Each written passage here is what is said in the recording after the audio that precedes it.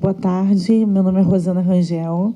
Eu queria dizer que eu não sou cardiologista, eu sou infectologista pediátrica. Então, assim, um pouquinho diferente do meu mundo, mas eu estou aprendendo muito hoje aqui. E eu queria apresentar o doutor Eduardo. Acho que já foi dito tanto, foram ditos tantos títulos dele que eu acho que todo mundo já decorou, né? Então a gente vai falar, ele vai falar sobre febre, né, no manejo da febre e da sepse, infecção, enfim, no CTI cardíaco. Boa palestra. Eu sei que a sua palestra vai ser maravilhosa, então boa palestra. Obrigado. Estou tramado ao infectologista na sala. Bom, isto é um tema muito menos importância, não é? Eu queria dizer que esta maravilhosa palestra é como ver uma equação e cada dos 4 elementos tem uma quantidade de energia associada, não é? O que eu quero dizer, como também sou um bocadinho rebelde, é que nós podemos estar e devemos estar agradecidos e aceitar a situação, mas usar energia para ter a intenção de melhorar as coisas, não é? É carregar mais energia também nisso. Não quer dizer que aceitar temos de ter o aspecto da resignação.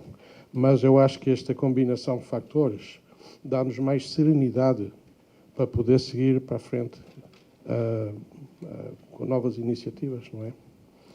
É para olhar para o lado positivo das coisas, é muito importante. Bem, vamos falar então de um tema completamente estéril comparado com este outro tema. Em todo caso, relaciona-se com o desafio na criança que tem febre e como é que manuseamos esta situação, no sentido de que provavelmente não entendemos o que é que está a passar, se há infecção ou não nestas crianças.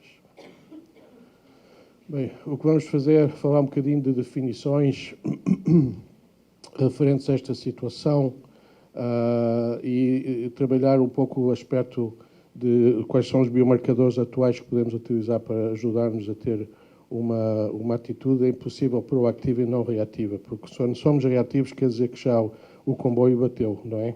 E dói. É importante antecipar as coisas. E notarão que os slides estão em inglês, peço desculpas, mas não tive tempo de fazê-los em português. De todas maneiras, o português sendo horrível, prefiro que seja em inglês. Em todo caso, a grande pergunta que temos que responder nestas crianças é se na presença da febre temos infecção ou inflamação, não é? O primeiro que temos de fazer rapidamente é falar de definições, porque há consensos, não é? Sobretudo aqueles desenvolvidos pela Sociedade de Cuidado Crítico e o Colégio de Farmacologia Clínica americano. Há 4 tipos diferentes de processos. O primeiro é o que se chama o SIRS, não é? Que é o síndrome de reação ou de resposta inflamatória sistémica. Pronto. Este é um síndrome que nós vemos frequentemente, não é? E se queremos ser académicos, temos que definir isto baseado em critérios. E os critérios que se utilizam são 4 e tem que ter 2 destes 4 critérios para seguir, para poder ser chamado um SIRS. Mas depois isto vai ser tendo uma escalação.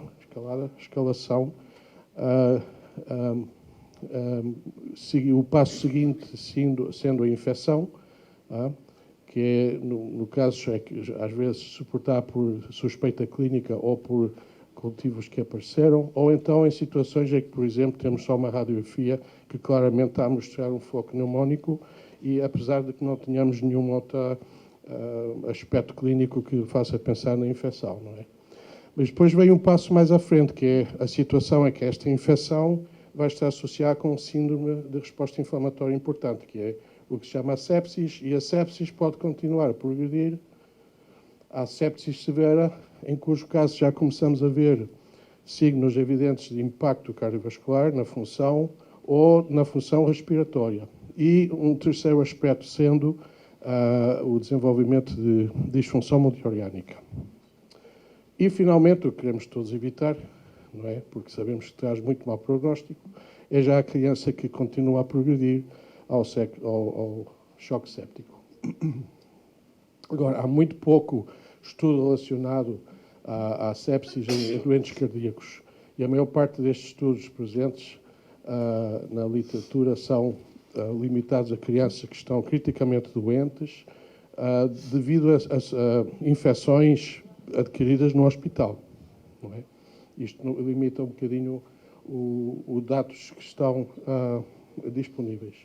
Alguns destes estudos estão fortemente empoderados, estatisticamente, não é? Com números muito importantes de doentes, e este estudo em particular, que segue ser uma referência, ainda que já tem uns anos, é que o que se encontrou em vários centros nos Estados Unidos, as infecções ou as complicações infecciosas nas crianças cardíacas andam à volta dos 3%, de forma geral. O facto é que a sepsis, isto não é nenhuma surpresa para ninguém, é quase intuição, não é? Uma vez que o doente cardíaco tem sepsis, temos aqui um fator de risco independente para que a criança precise estar mais tempo no hospital, no cuidado intensivo, ventilado, etc, etc. Pronto, começa aqui uma espiral de problemas que ninguém quer ter. Então, falemos um bocadinho mais de infecção contra inflamação nos doentes cardíacos. O problema que temos é que, efetivamente, e sabe-se muito bem, a inflamação ocorre de forma quase brutal depois da cirurgia cardíaca, não é?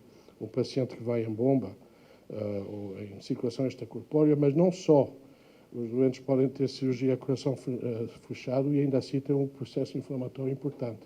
Em particular, quando estão em bomba, há vários aspectos que contribuem a esta inflamação. Estamos a falar dos mediadores que se libertam do sangue, o fenómeno de isquemia, reperfusão, a hipotérmia e a maneira em que voltamos a aquecer o paciente, que tem muito que ver, o trauma cirúrgico e um tema que está de moda, que se está a estudar muito atualmente, que é o que se chama imunoparálise, não é?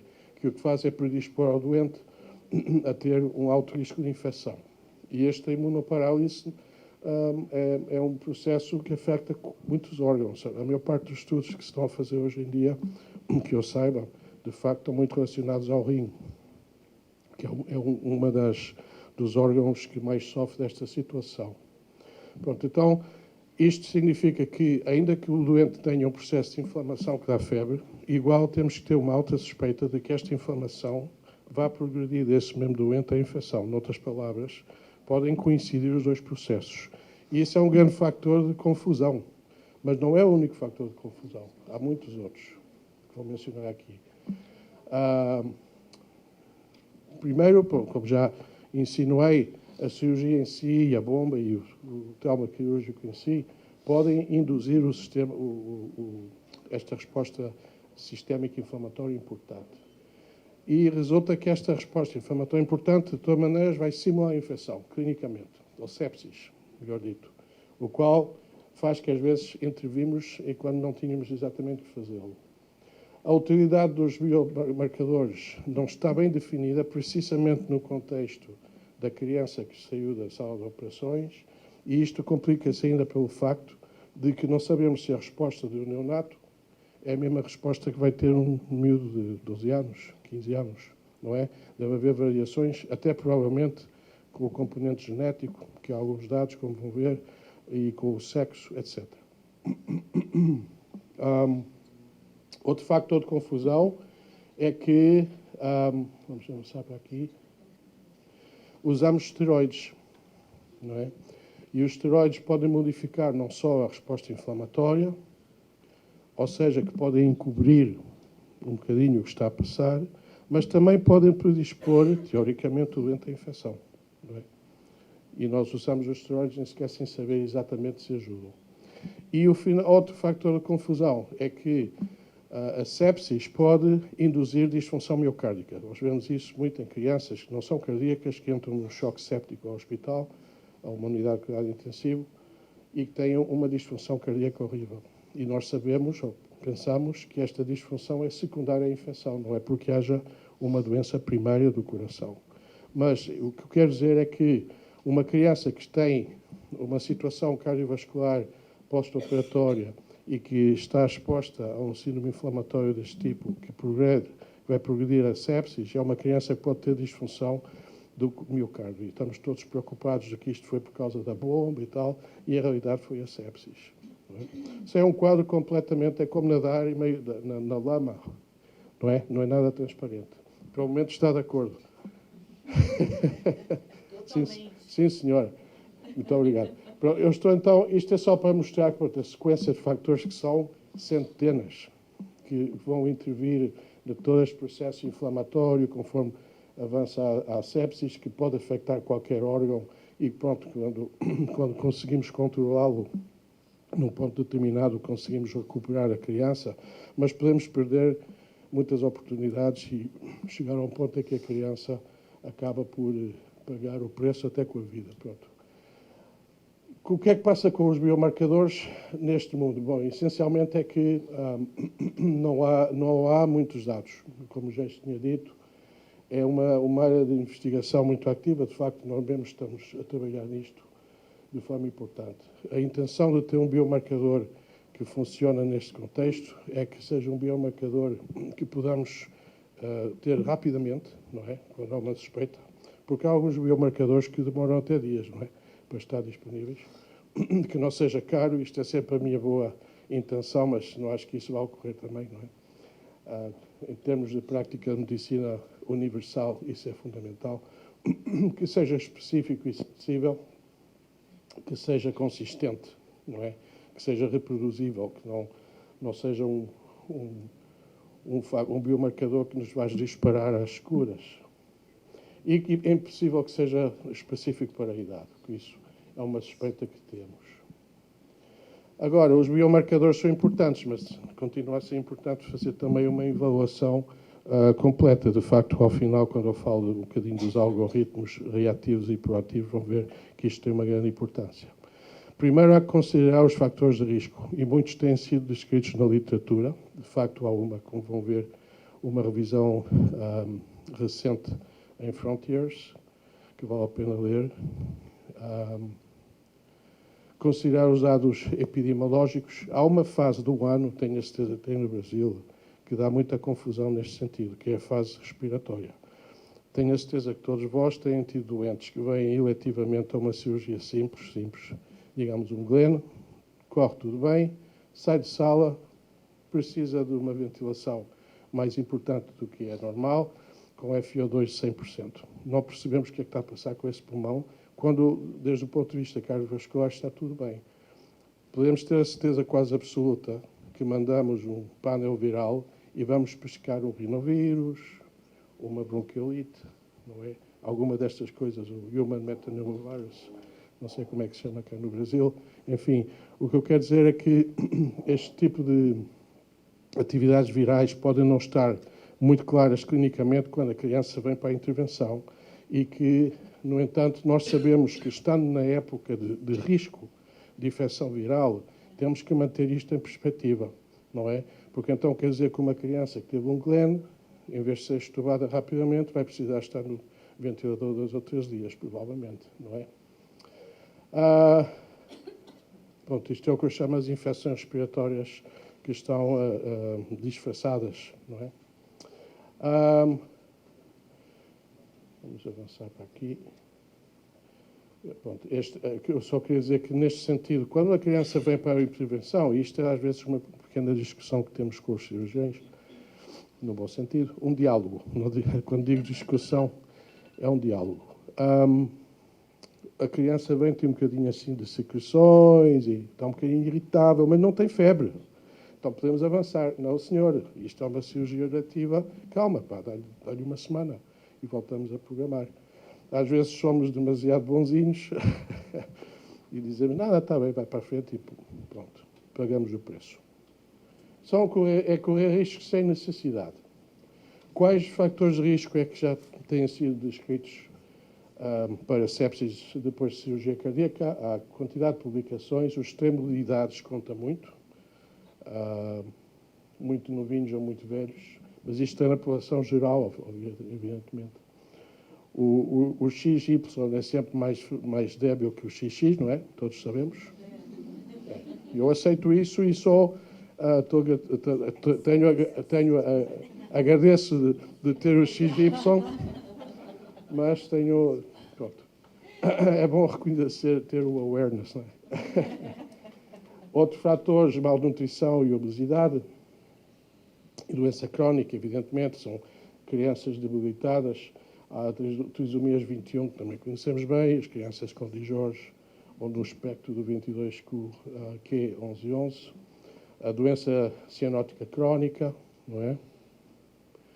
E, claro, os doentes que têm estado nas nossas mãos já há muito tempo, que estão a ser invadidos com catéteres e tubos, esse tipo de coisas que deviam estar no caixote de lixo, não no corpo do doente, não é? Mas às vezes predispõem também à infecção. Pronto, então de forma que quando temos estes fatores de risco, temos que ter um nível de alerta importante com respeito à infecção. Pronto, esta é a meta-análise que eu hoje falei, que acaba de sair, ainda está quentinha, a sair do forno. Foi feita por um grupo europeu. O que fez foi uma meta-análise. Não lhes vou contar toda a história, mas o resumo é que eles confirmaram que os fatores mais importantes, e isto tem o seu peso, são a idade da doente, ou seja, os neonatos pequenos, mas também que haja uma cirurgia abdominal ao mesmo tempo. E isto é importantíssimo, porque muitas das nossas crianças, não necessariamente a todas as práticas, mas quando se faz a intervenção cardíaca, e eu estou totalmente contra isso, põe-se o tubo de uma vez, o tubo G, ou então crianças que vêm de casa para uma cirurgia cardíaca que já têm um tubo G. Não é que está muito perto da esternotomia. Nestas crianças, nós, de forma arbitrária, decidimos há muito tempo não dar mesmo a profilaxia de antibióticos, não é? Com a cefalosporina. Somos muito mais agressivos, cobrindo grandes negativos. E, efetivamente, parece ser que estas crianças têm muito mais risco, parece até lógico, de infecção do sítio cirúrgico ou da ferida cirúrgica para a esternotomia. Pronto, então estamos numa situação que combina todos estes fatores, não há suficientes dados, há muitos fatores de confusão, há limitações nos biomarcadores que utilizamos, pode haver uma associação de sepsis e inflamação que faz muito difícil saber o que está a passar. Os signos clínicos podem ser muito inespecíficos, até estar ausentes ao princípio, não é? Como é o caso da criança que vem de casa. E pronto, tudo isto num contexto em que estamos aqui a expor à criança e ao sistema. Eu estou a perceber que o meu microfone não está a servir de nada. Estão a ouvir assim ou ponho? Tá? Ok. Então, enfim, tudo isto leva a que haja uma grande prática empírica com respeito aos antibióticos. Bom. Muito bem. Esta prática empírica pode ser desencadeada por muitas coisas. A primeira, pronto, é evidentemente uma suspeita clínica, que haja, pronto, signos e sintomas. Às vezes há crianças que têm uma inestabilidade hemodinâmica que não faz nenhum sentido, não é? A criança teve uma cirurgia simples, a função parece boa e tal, e estão instáveis, para cima e para baixo, começam a ter febre. Isto gera infecção, é o tipo de criança que nós trataríamos de todas maneiras. Crianças que têm fatores de risco muito fortes, mas também há o aspecto da ansiedade nossa, não é? Às vezes fazemos as coisas ao doente e não para o doente porque nós estamos preocupados. É com boa intenção, mas não é sempre o melhor. E pronto, mas o mais importante é também tentar seguir estas definições consensuais da Sociedade Critical Care, que sim permitem ajudar-nos a ser consistentes na maneira em que tratamos estes doentes. Muito bem. Vamos avançar aqui rapidamente aos biomarcadores que se utilizam hoje em dia. Resulta que o conteúdo das células brancas e o diferencial não é muito útil, sobretudo depois de uma bomba de circulação extracorpórea. Usa-se a proteína C reativa e a procalcitonina, essencialmente. Este é o duo dinâmico, mas para ambos estes biomarcadores também não há muitos dados que sejam convincentes no contexto da cirurgia cardíaca na criança pequena. Bem, e sabendo isto, há uns aninhos pusemos a trabalhar, fizemos um estudo que até foi giro porque pudemos produzir várias coisas. Este estudo olhou para a fosfatase alcalina, de que eu falava ontem. Aproveitámos para validar o VIS score, que é o score de suporte de drogas cardiovasculares, que só tinha sido validado, não se pode dizer, estudado retroativamente. Nós conseguimos fazer um estudo prospectivo do BAS Score, mas também, e esta era a intenção primeira do estudo, olhar para os biomarcadores e tentar fazer uma correlação entre a cinética da procalcitonina e da CRP em crianças pequenas e ver se havia algum efeito do facto que o externo fica aberto nestas crianças, que frequentemente é de forma eletiva, ver se havia alguma relação entre a procalcitonina e a CRP, não só com a infecção, mas também com o grau ou o nível de suporte que a criança precisava. Ou seja, que estes marcadores provavelmente também davam ideias sobre o facto que a criança fosse precisar de um maior score VAS, não é? Mais drogas, e mais tempo no ventilador, e mais permanência no hospital, etc. Pronto, fizemos uma seleção de vários doentes, mais de 100. Ao fim e ao cabo, terminámos por ter 69 que foram aprovados segundo os critérios e que tinham dados completos que podiam ser considerados uma aprovação de fiar para efeitos do estudo. Ou seja, que é um bom empoderamento. Eu vou passar aqui rapidamente nisto, porque não tem grande importância, para ir diretamente aos pontos mais importantes. E isto está no papel, não é? No manuscrito, evidentemente. Eu acho que o mais importante a dizer é que, assim, em grandes rasgos, o que vemos com a procalcitonina e a CRP é que ambos aumentam muito no primeiro dia pós-operatório. Okay? E nós comparamos com o pré-operatório. Tomamos valores antes da cirurgia.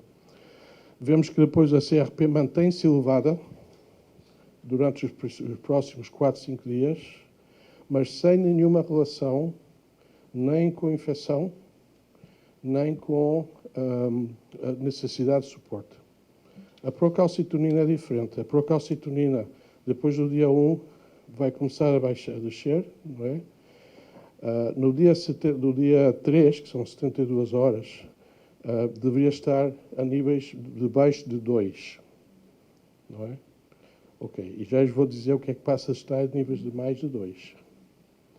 Agora, há uma exceção para isto, que é as crianças em que se mantém o externo aberto, em que se vemos que a procalcitonina se mantém elevada e não baixa no dia 2, aí está correlacionada com o risco de infecção e de mais suporte. Ou seja, que o PCT, nesse sentido, parece ser mais útil que a CRP. Mas isto é talvez o gráfico mais importante, porque estamos a ver aqui em cima a PCT, né? E aqui em baixo está ali, a CRP. Esta linha contínua são os doentes não infectados e estes são os doentes infectados. Okay? Vem com a CRP, a cinética é exatamente a mesma, infectado ou não infectado. Ou seja, que o valor da CRP... Mas vejam o que passa com o PCT. Não infectados aqui, infectados aqui. Há uma diferença muito significativa na cinética. Isto foi muito revelador da importância deste biomarcador. Bem, isto na realidade foi consistente em parte com alguns estudos prévios que não tinham sido feitos de forma prospectiva e as mensagens mais importantes são estas que já mencionei em algum sentido. Pronto, então, o PCT e o CRP estão rotinariamente elevados ao princípio, não é? Nas primeiras 24 horas. Eu sei que durante as primeiras 24 horas não tem grande importância fazê-los de todas maneiras. De todas maneiras, as possibilidades que uma criança esteja infectada por febre e tenha febre no primeiro dia são provavelmente baixas, não é? E geralmente nós dizemos, pronto, isto é só inflamação, a não ser que a criança esteja em choque. Pronto, pode passar. Ao chegar aos 3 dias, normalmente o PCT devia ter baixado, não é? Mas o CRP segue alto. Vamos avançar aqui. Deixar como é que se chama, o externo aberto do PCT, mas a CRP não pode identificar ou já identificar pacientes a risco de infecção. Mas isto é o mais importante. Quando os níveis de PCT estão elevados às 72 horas, vimos que na análise já mais específica com respeito aos fatores de risco, está independentemente associado com mais necessidade de hospitalização e suporte circulatório e também com um aumento dos riscos de infecção. E há um número importante aí que é os 2 nanogramas por decilitro. Não sei, acho que estava no outro slide, mas não importa. Quando nós temos às 72 horas mais de 2, temos que ter muito cuidado com o risco de infecção.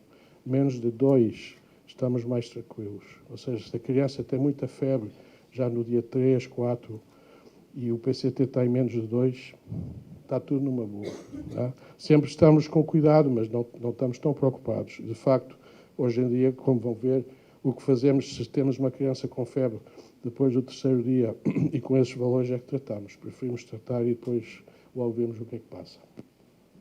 Bem, quando se trata deste tipo de situação, podemos ser reativos ou proativos. A diferença, pronto, é autoexplicatória. Não é?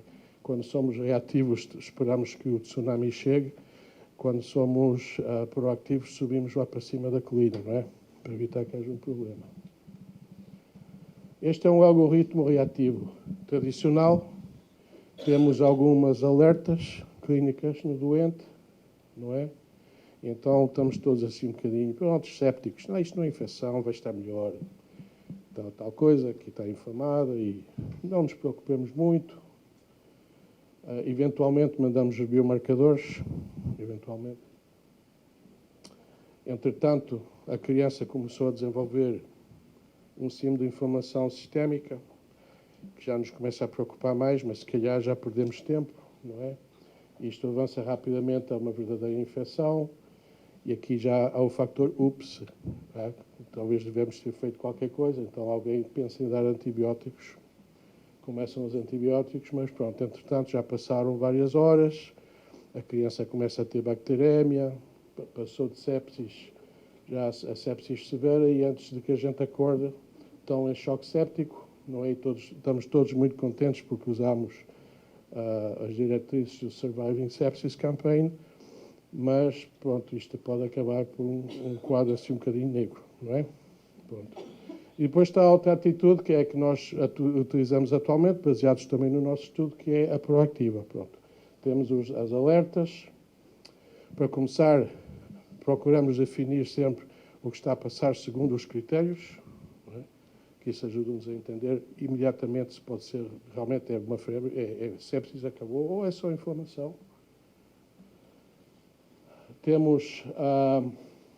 Tomamos em consideração os fatores de risco de uma forma estruturada.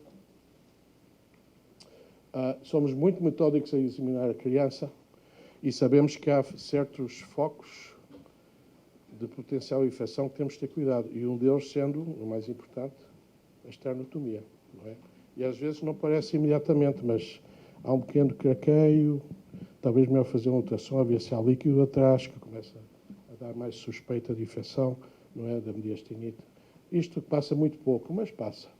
Mas o mais importante é que, conforme fazemos este exame da criança, mandamos logo os biomarcadores, que ainda incluem os glóbulos brancos, o leucograma, mas honestamente eu acho que é um desperdício de recursos. O que fazemos essencialmente é mandar ou pôr atenção ao CRP ou ao PCT. Porque se os glóbulos brancos vêm a 30 mil, dizemos, ok.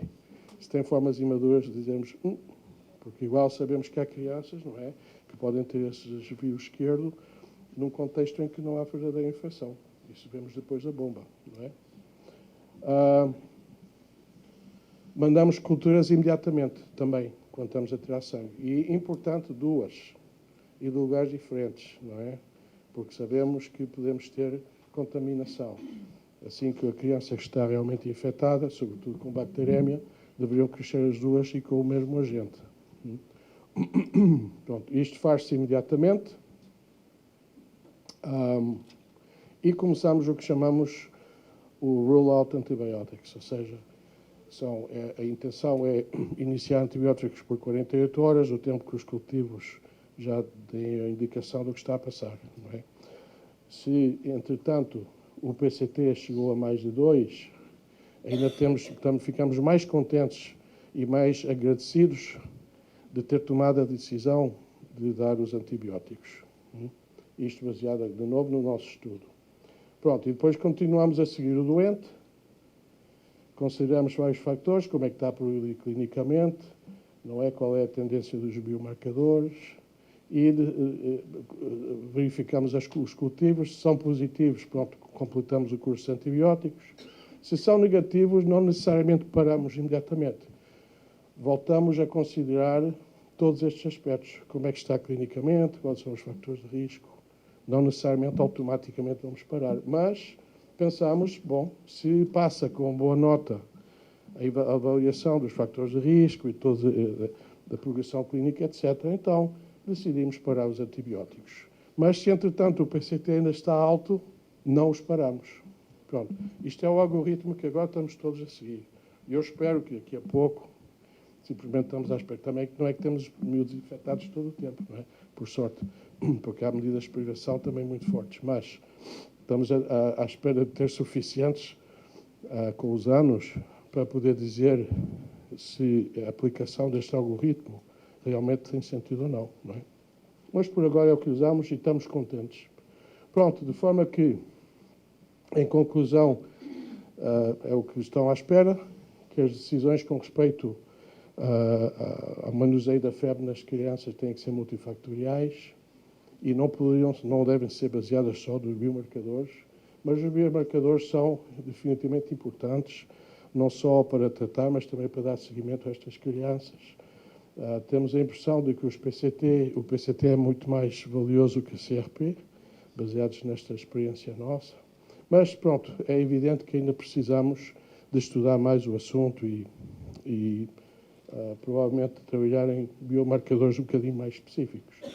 Pronto, era isto que eu queria contar.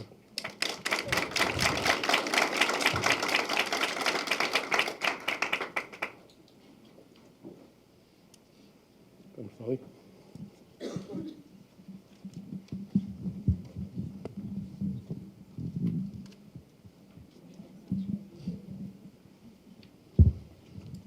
Bom, pessoal, dúvidas, acho que dúvidas muitas, né? Mas não sei se tantas respostas, né?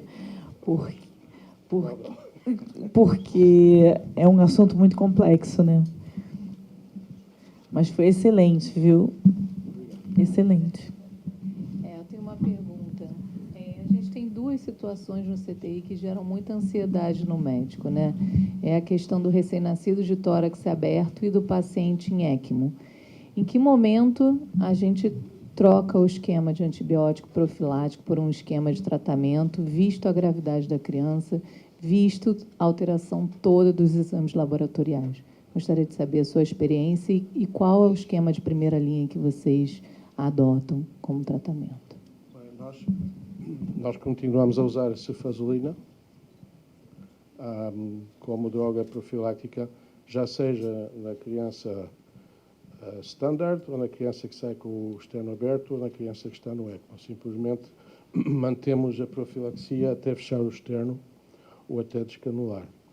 O que fazemos, no protocolo de ECMO em particular, cada 48 horas tomamos cultivos sistemáticos, mas senão o que fazemos é seguir estes mesmos biomarcadores e exatamente os mesmos critérios. Se a criança que está em ECMO, por exemplo, começa a ter febre, não é? Ou o PCT começa a aumentar e vai mais além destes valores, ou se aparecem outros fatores de risco, então somos muito agressivos a tratar. E nesse caso o que fazemos é, geralmente, substituir a cefalozolina por vancomicina e por cobertura para gram-negativos, sem ter uma particular atenção aos anaeróbicos, a não ser que haja um foco clínico intestinal, ou seja, que tenhamos receio de que haja uma enterocolite necrosante ou que o abdômen não tenha bom aspecto. Então, esse é o esquema que adoptamos. E outra coisa que fazemos, que eu não mencionei, que é, segundo os fatores de risco, temos um limiar muito baixo para iniciar nistatina nestas crianças profilática.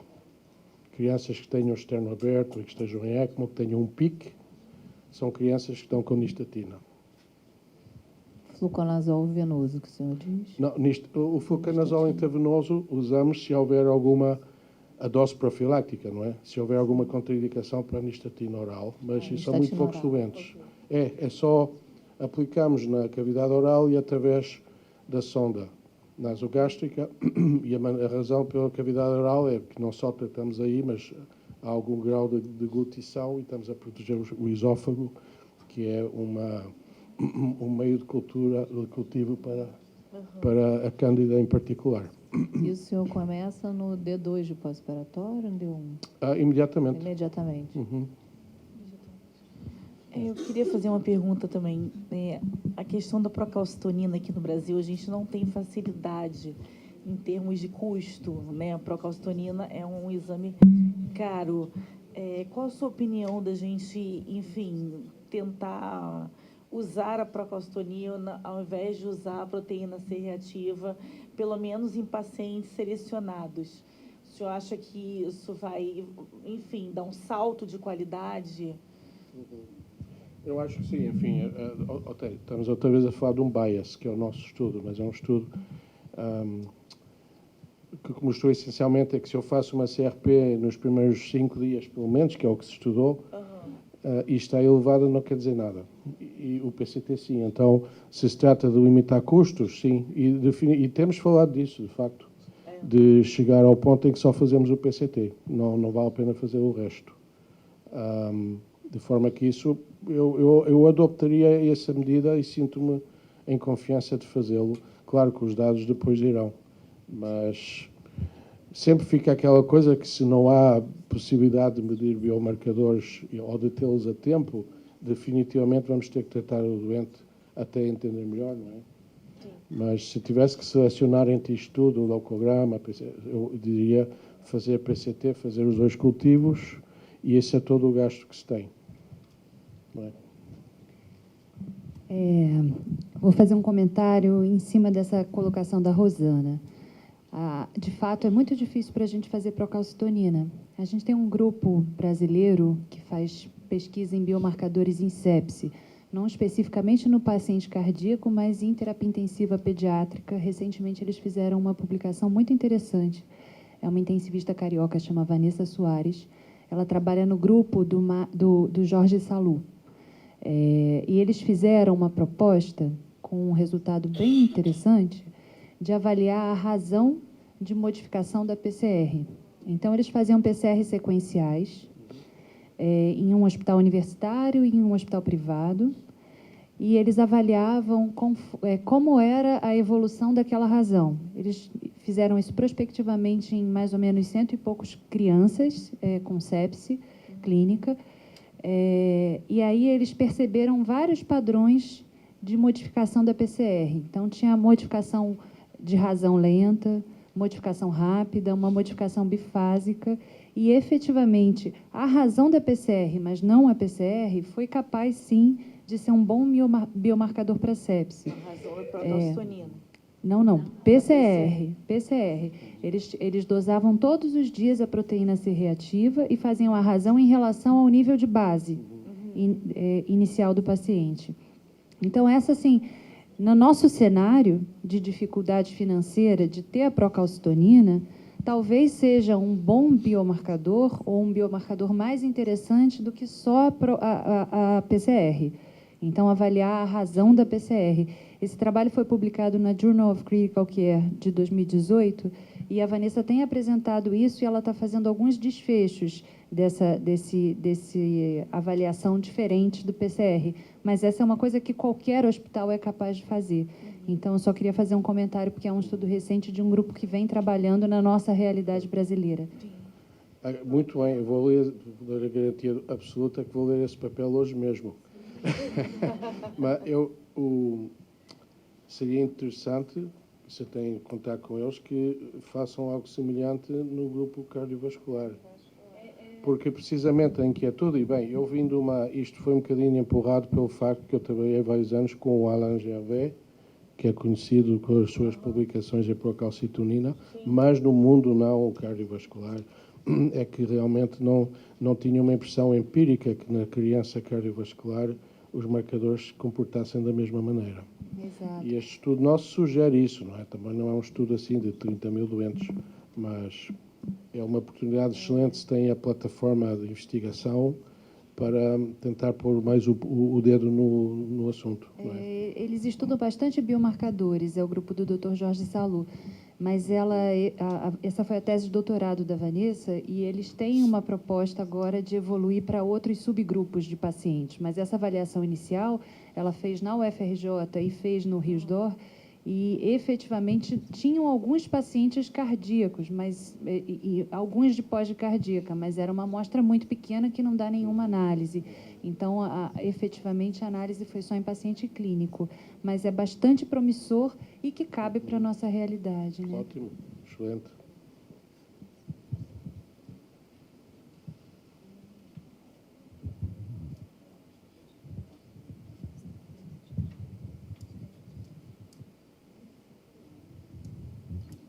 Quais são as recomendações da doutora? As suas recomendações, atualmente, ou a sua prática? A minha prática é que eu não tenho procalcitonina para pagar. Isso foi uma resposta rápida e eficiente. Eu consegui uma procalcitonina que, nossa... Mas eu queria muito ter, porque a gente precisa comparar, né? Qual é a disponibilidade? Não, quanto é, eu não sei. Disponibilidade. Não, tem vários hospitais que tem. Tem vários hospitais que tem. É fácil, é como a PCR, vem no mesmo dia ou é daqueles exames que demora? Não, demora mais um pouco do que a PCR. Demora mais para a calcitonina. Rosana, e o que você achou dessa questão, por exemplo, ele diz que mantém a profilaxia só com cefazolina no nosso paciente com tórax aberto. Eu adorei. Adorei. A gente não tem essa conduta, a gente fica com medo e acaba colocando a vancomicina com medo de germe, de pele, etc. Eu acho o seguinte, Sandra, se o paciente for colonizado realmente por MRSA, tem que ser vancomicina, mas se ele não é colonizado por MRSA, a gente tem que cobrir basicamente Staphylococcus aureus sensível à oxa. Então, eu concordei com ele, eu acho que a gente pode deixar cefazolina, sim. Eu acho prudente. Agora, se o paciente for colonizado, né? Doutor Eduardo, Nós discutimos antes. Nós estamos combinando, né? doutor Eduardo, muda. A mim ensinaram os infectologistas, quando era residente, já há 2 ou 3 anos, que se possível, nunca utilizar os antibióticos que se usam para terapia como profilaxe. E o princípio segue ativo, não é? Portanto, há variações do tema, porque também há algumas recomendações, para particular na Europa, que não se fazem nos Estados Unidos, se a criança tem que ser reoperada nos primeiros 5 dias pós-operatórios, em vez de usar a cefazolina, usar a vancomicina. Pronto, para dizer que há algumas exceções por recomendação com nível de evidência C, não é? Pronto. C3. C, pois, exatamente. Apesar do assunto ser infecção, o senhor falou logo no início a respeito dos estudos que vocês têm feito com o score de Vernovsky. Vernovsky? Score inotrópico de Vernovsky, foi isso que o senhor comentou? Sim, enfim, pois, o score que começou com o Vernovsky era o IS, e depois o VIS foi uma modificação ao Vernovsky, onde se incluiu também drogas como a vasopressina. Sim. Mas as publicações que havia do VIS score eram publicações retroativas, em particular do Mastro Piero, não é, de Michigan, mas não havia nenhuma validação prospectiva. E quando se fala de validação, em retroativo sempre há limitações muito importantes, para poder até dizer que é validado, não é? E temos a publicação lá fora. Sim, é mais uma curiosidade nossa, porque lendo a respeito do score, fazendo uma avaliação das crianças que a gente recebe na nossa UTI, vindas do bloco cirúrgico, o nosso score seria elevado demais, seria na faixa de 70, 80.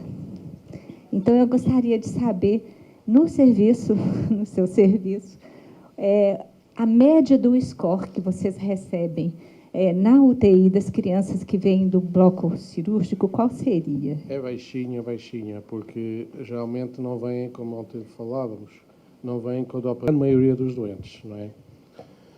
No passado, se eu vou olhar que tínhamos cirurgiões diferentes, de outro tipo de trabalho de equipa, onde havia, pronto, eram bombas mais compridas e tal, as crianças saíam com muito mais apoio. E eram crianças em que tínhamos lactatos, eu lembro do recorde, era 26. Um lactato de 26, Nossa Senhora do Céu, não é? Já sabemos como é que a coisa vai estar.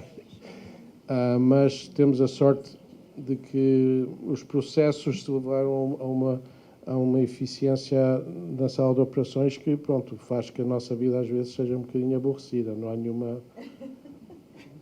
Os nossos níveis de adrenalina e endogénia são muito baixos. Estou a brincar, mas quer dizer, as crianças em geral não saem com VIS muito elevado. E depois o valor do VIS é importante, mas também é importante a tendência do VIS, não é? Porque o facto é que se a criança saiu com EPI a 0.2 e dopamina a 15 e etc., isso é o facto. E o que temos que entender é se as nossas intervenções, por exemplo, conforme vamos pensando melhor como é que estamos a apoiar este doente, se esse VIS score vai começar a diminuir ou não, não é? Porque isso também nos pode ajudar a determinar, por exemplo, se melhor vamos em ECMO, em vez de manter a criança com um VIS tão elevado. Vocês utilizam esse score em decisões clínicas diárias, assim, não relacionadas ao hemodinâmico? Por exemplo, suporte ventilatório, de acordo com o score, retirar ou não retirar? Honestamente, não. Individualizamos os doentes. O doente tem um score muito alto, de maneiras, intuitivamente não é um doente que está pronto. Mas nós, por exemplo, não deixamos de estudar uma criança porque está ainda com epinefrina, porque muitas pessoas não o fazem. Igual que não deixamos de alimentar porque está ainda com epinefrina ou com vasopressina. Se a criança está hemodinamicamente estável, às vezes até preferimos estubar estando coberta com este suporte e depois começar a desmamar. Porque estamos conscientes de que, por ser cautelosos e manter o ventilador enquanto desmamamos, podemos expor a criança a mais riscos, por exemplo, infecciosos e outros, não é? Atelectásia, esse tipo de coisa. Mas é uma escola, não é nada baseado em ciência, não é? Mas sim, somos muito proativos em estudar a criança e empurrá-la a um estilo de vida normal, entre aspas, apesar de que haja ainda drogas cardiovasculares. Doutor Eduardo, o senhor falou que na profilaxia das crianças, quando tem gastrostomia, vocês fazem cobertura de gram negativo também. Qual o antibiótico que vocês costumam usar? Nessas crianças damos vancomicina e gentamicina. Sabia? Estamos na mesma longitude de onda. Mas igual damos por 48 horas. Tá. Poderia ser cefazolina e genta também, quando não é. Enfim, voltamos ao mesmo. Efetivamente, o problema é que neste momento, para nós, não estamos a fazer o screening sistemático de MRSA. O que estamos a fazer é pôr bacitacina sistemática, isso sim, porque nós, no momento dado, há uns 4 anos, começámos a ter mais infecções da cicatriz e houve todo um processo para entender o que estava a passar e o que fizemos foi que agora somos muito mais meticulosos com 2 coisas. Uma é a lavagem que se faz em casa antes de vir ao hospital ou no hospital, não é com clorexidina. Revisámos as práticas também de asepsia cirúrgica antes de pôr o campo e aplicar a bacitacina.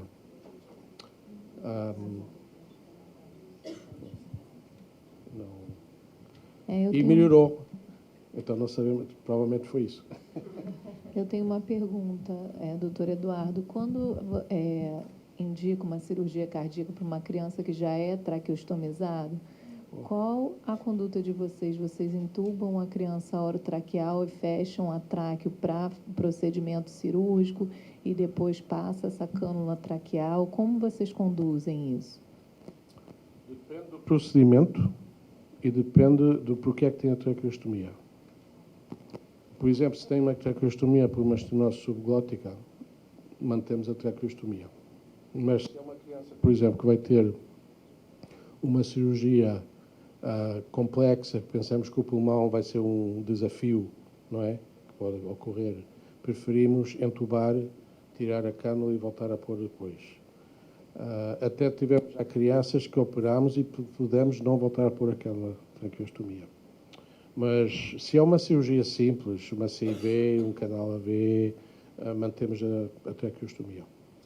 E o risco da proximidade? O risco existe, sempre estamos.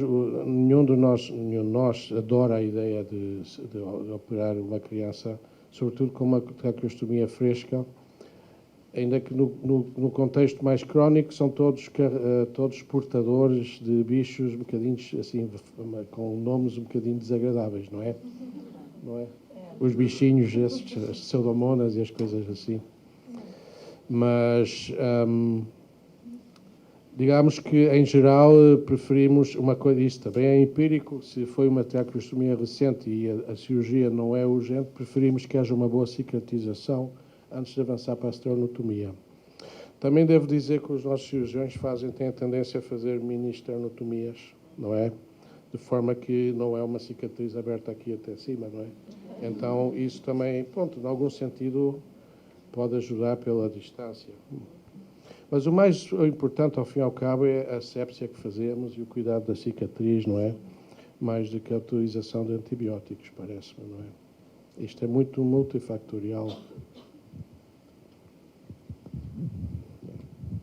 Só para falar a respeito do SCOR, em relação ao que foi dito aqui sobre chegar do centro cirúrgico com SCOR muito altos, eu acho que tem que ter uma proatividade grande da UTI, porque nem todo paciente que está com droga alta precisa ter essa droga alta.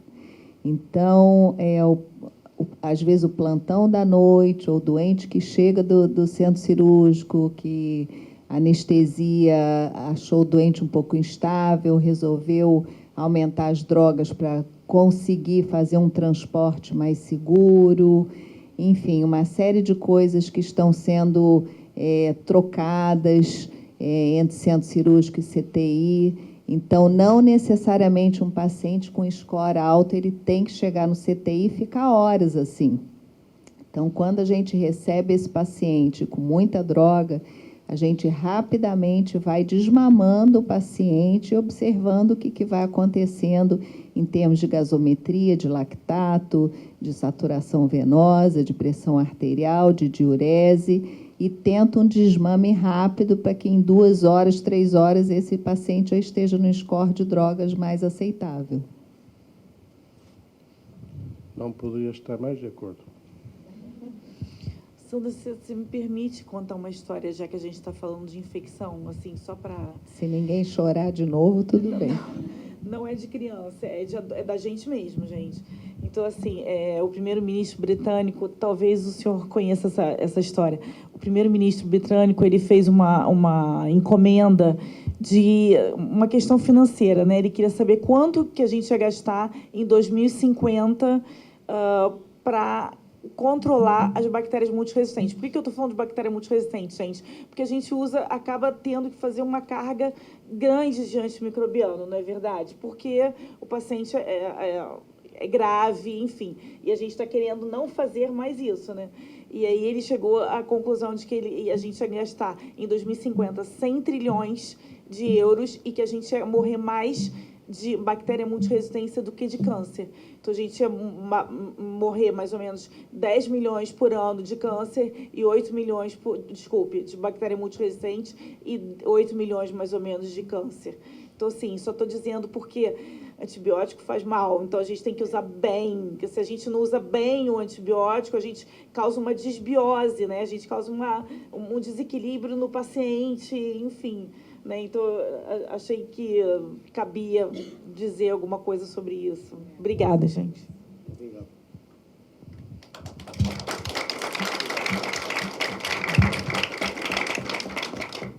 Bom, também acho quero aplaudir-vos a vocês, que são uma audiência fantástica. Gente, obrigada pela presença de todos. Eu acho que nós tivemos um ganho assim enorme, com palestrantes brilhantes, com aulas muito boas, discussões boas. Acho que todos nós aprendemos, não tem como deixar de aprender numa situação dessa, né? E eu queria agradecer a todos que vieram de outros estados e o pessoal daqui mesmo, né? Por estar presente aqui. Essas aulas foram gravadas. Elas vão ser colocadas no Departamento de Cardiologia Pediátrica em breve. E também a doutora Larissa está vendo para a gente colocar no site do Children's de Cincinnati. Então, assim, vocês terão acesso a essas palestras todas para rever tudo que foi dito aqui, que teve um grande conteúdo científico, né? E o pessoal que vai sair nas vans, as vans estão ali na... É uma só. Na van. A van está ali na saída lateral do hotel. Então, vocês podem se dirigir para lá e nos encontramos, então, no hospital. Ok? Muito obrigada a todos e parabéns a todos os palestrantes.